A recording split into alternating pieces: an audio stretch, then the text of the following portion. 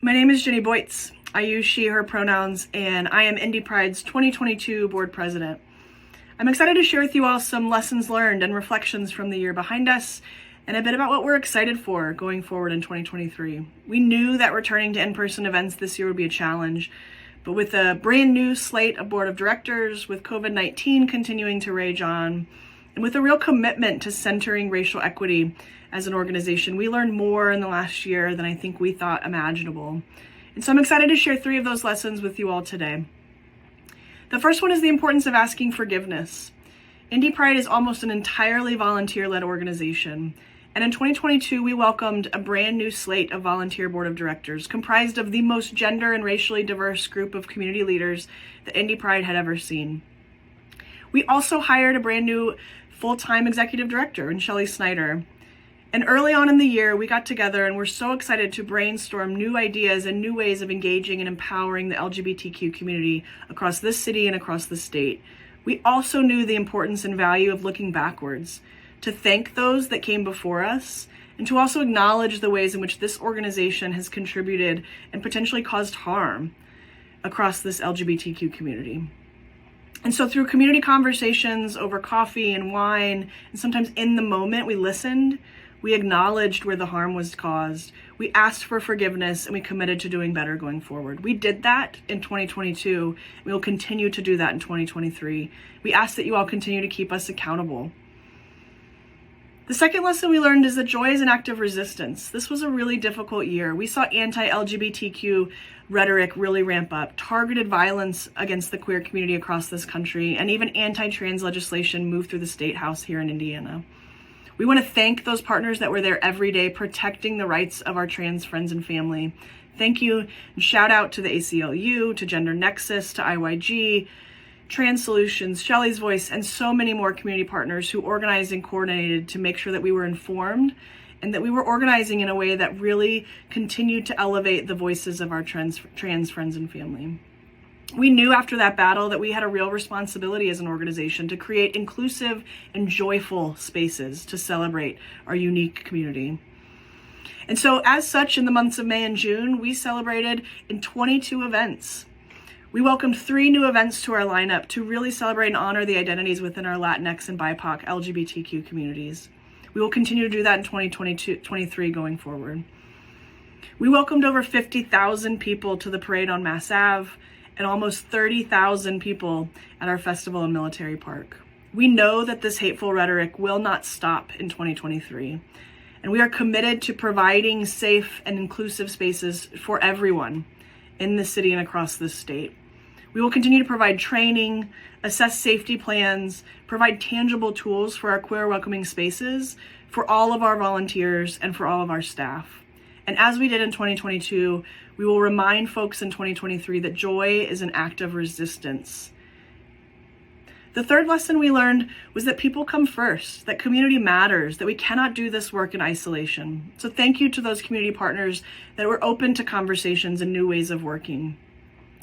In 2022, this board of directors wanted to really double down on our community partnerships, not just in the ways in which we showed up as a good partner, but the ways in which we provided resources, specifically financial resources.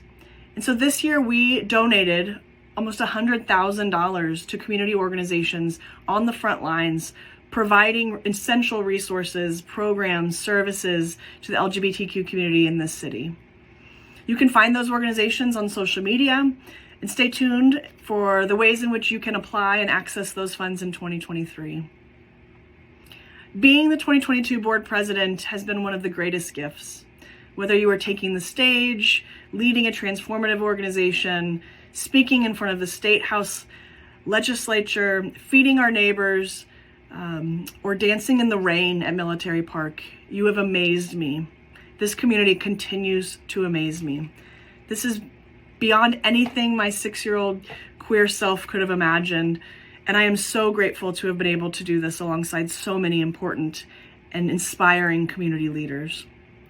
Look alive in 2023 for new programming, new events, new ways in which we will continue to celebrate and uplift all of the beautiful identities in this LGBT community in the city of Indianapolis and across this state.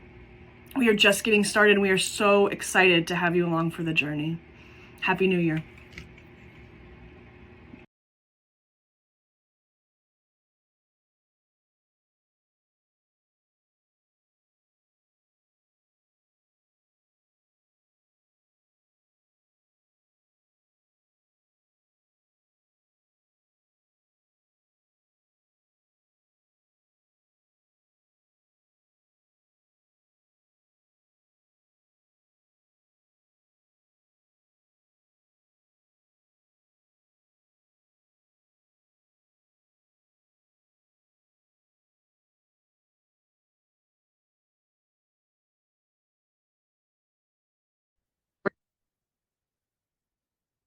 Hi everyone, my name's Cody Morris. Got a little bit of a grainy screen, but I'm treasurer for the Indy Pride Board of Directors this year, and I will be giving you my financial breakdown of 2022, and then going over some highlights and what we can improve on. So I'll share my screen real quick. All right. So, 2022 came out well above what we thought we were going to do. We had income of about $1.3 million. Last year was closer to around 800,000. So being back in person from being virtual really benefited kind of our financial statement reporting. Um, our expenses as that goes up with our income, we kept up the pace with expenses. So we came in with a right around the same amount of 1.3 mil. So we really ended the year with a net revenue of $40,000. So we really didn't want to just kind of get all this income. We wanted to be equitable about the process and give out some money and increase our programming, different things like that. So I'll give you a little bit of a breakdown. So this is breakdown of our income. As you can see, sponsors in that category is also just general donations from companies or organizations. Um, that includes that amount. So if, let's say, a company has a give back night, that's going to be included in that 35%. That's by far, one of our biggest benefits. Alongside that, the concessions and event admissions. So those are things related to kind of our Saturday event, our big festival, and our Pride Month events as well. So anything where we kind of get admission or concessions, that's about 50% of our income. So a lot of programming heavy amount. Vendors, typically that's vendors from, like, for example, our career fairs, our events throughout the year, different things like that. One thing to note is individual donations is at about 3%. So that's something we'll want to improve on and work on going forward. Here's the breakdown of our expenses. So, as noted earlier, we really focused heavy on programming and events. As you can see, that consists of about 55% of our annual expenses throughout the year. So that's our June Pride Month. That's all the events that goes into those that month, as well as the festival, the parade, our career fair, anything related to that. That's going to be about 55% of what we spend our money on. Aside from that, there's our administration. So that's got our payroll, supplies, dues, anything like that. Just anything that we need relating to administration or supplies, or even kind of housing equipment or things like that we have to have throughout the year. Giving this year was at about 14% of our expenses. That's actually, it may sound small, but that's an incredible number.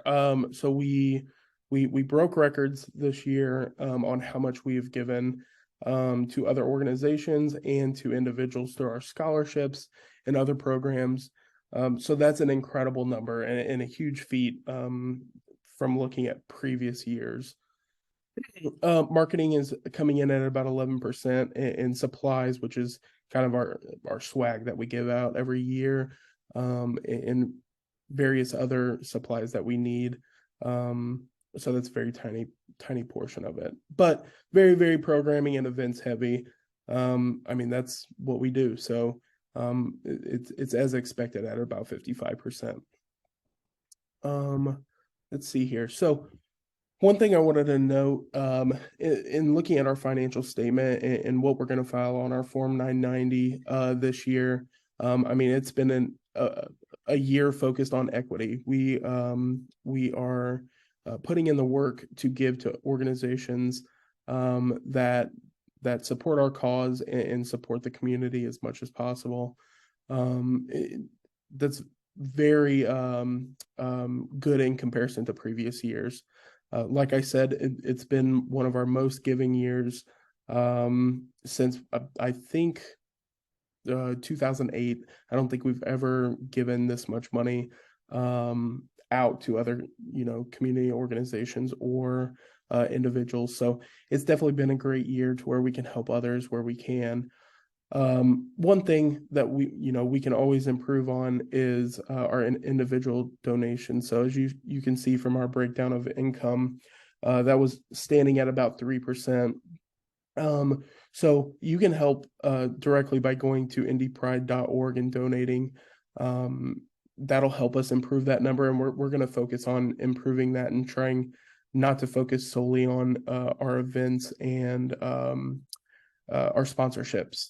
So we're definitely going to try and improve those figures. But overall, it's been a great year, and excited for next year, where we're going to have way more to come, and we're going to have even more time to play in the festival. We're going to have more programming. It's going to be a great year. Thanks. Bye.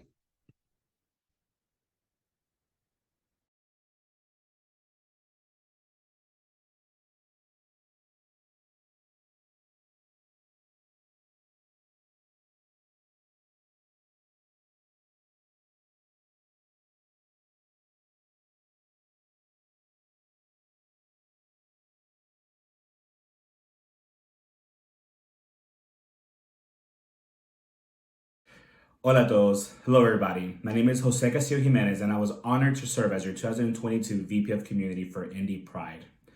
Our focus for community was to create more safe spaces, more intentful spaces, and to create new spaces for everyone in our community. Our focus is to continue to see, to lift, to hear, honor, and respect everyone in our community. And it's important for us to educate others and to also educate ourselves onto how to do that. In October of 2022, myself and 3 other individuals represented Indy Pride in Interpride Conference 22 in Guadalajara, Jalisco. We were able to connect with Pride organizations worldwide. Interpride is a nationwide organization that creates this once a year, and they also host World Pride as well. While we were in Guadalajara, Jalisco, we were able to learn about their culture, their Pride history, and also experience their museums, their music, their food, and their people. I just want to say thank you to the Guadalajara Pride team that hosted this year's conference in Latin America for the very first time. While we were there, we also got to connect with 20 plus other Latin America Pride organizations. We were able to connect with Pride organizations from Canada, from Europe, from Asia, and from all over the world. We were able to connect on topics about accessibility, about crisis management, diversity, equity, and also just having difficult conversations about what is really happening around the world.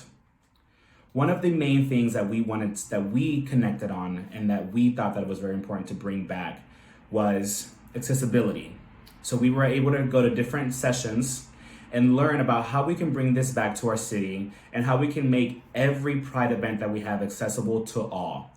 what that looks like for our sober community, what this looks like for our youth, and what this looks like for our elders.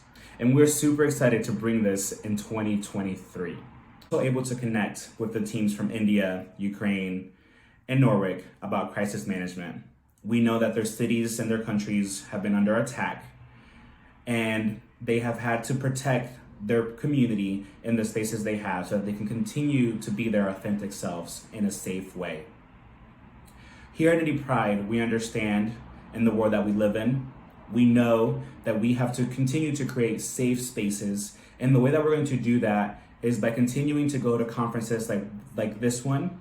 We're going to continue to host trainings around the city. We're going to continue to educate everyone around us on how to be a better ally and how to be a better human. We know that our love is different. We know that our love is stronger. We know that our community is beautiful. It's relentless. It's passionate. And it's a community that is not going to go away anytime soon. I am so excited to continue to be part of the team that's going to continue to bring the festival and the parade, new programming, and more safe spaces to Indy in 2023. So continue to stay in touch, follow our social medias, volunteer, and give us your ideas. Connect with us and reach out to us, because we know that Pride is 365. It is not just during the month of June. And we will continue to learn, and we make a commitment to the community to continue to do this all year long and for years to come. So thank you so much, and stay tuned for what's to come for Indy Pride 2023. Thank you.